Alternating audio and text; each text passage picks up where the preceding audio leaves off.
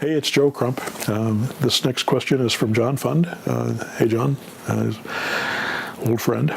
John says, the seller can't lease option because he needs the cash to move into a new house. There's a few ways they can get the cash out of the property. And one is they could go and refinance it and pull the cash out that way. And that way they would keep the property. And it's going to be a wonderful investment for them in the future. So holding on to that property can be very, very valuable to that seller, if they hold on to it for the long term. They can also, if the buyer does exercise the option, which isn't likely, but if they do exercise the option, they'll make more money. They won't have to pay a realtor fee. They'll sell it for top dollar. There's a lot of advantages. They won't have to do repairs to it. A lot of advantages to that. If they don't sell it, they'll get it back. The value will go up. We'll sell it for them again on another lease option, and they'll be able to hold on to that property. And any money that they have to pay on a mortgage will be covered by the rent that's coming in. It might be possible that the person who's buying another property doesn't really need much cash to buy another property. If they use an FHA loan, they only need a few percent. They could get the seller to pay their closing costs, up to 6% of closing costs and prepaids,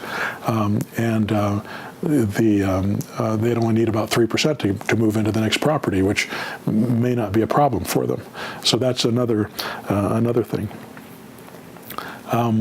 The other thing is, the seller may say, well, I'm concerned that I won't qualify for the loan because I only qualify for this amount, and if I have two properties, I won't qualify for the second one.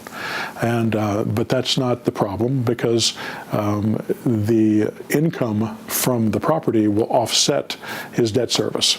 And typically, a lender will allow 75% of the income to apply towards debt service. So if he's got a property that he has $1,000 a month income on, and his mortgage payment is $750 a month, well, that would be a complete wash, because the bank would allow $750 of that $1,000 payment to apply towards the mortgage, and it would pay that mortgage amount, and so he would have no negative cash flow on that. He would have, it wouldn't affect his debt service at all, or his debt ratios at all.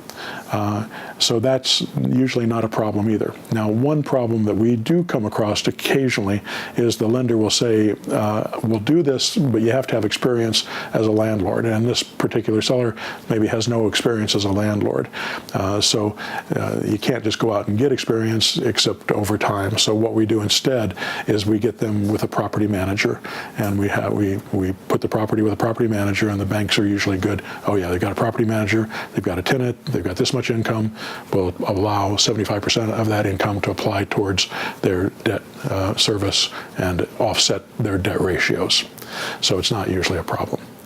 So those are different ways that you can address that issue if you ever come across that objection, which you will when you're talking to sellers using the FRET method. All right, I hope that helps.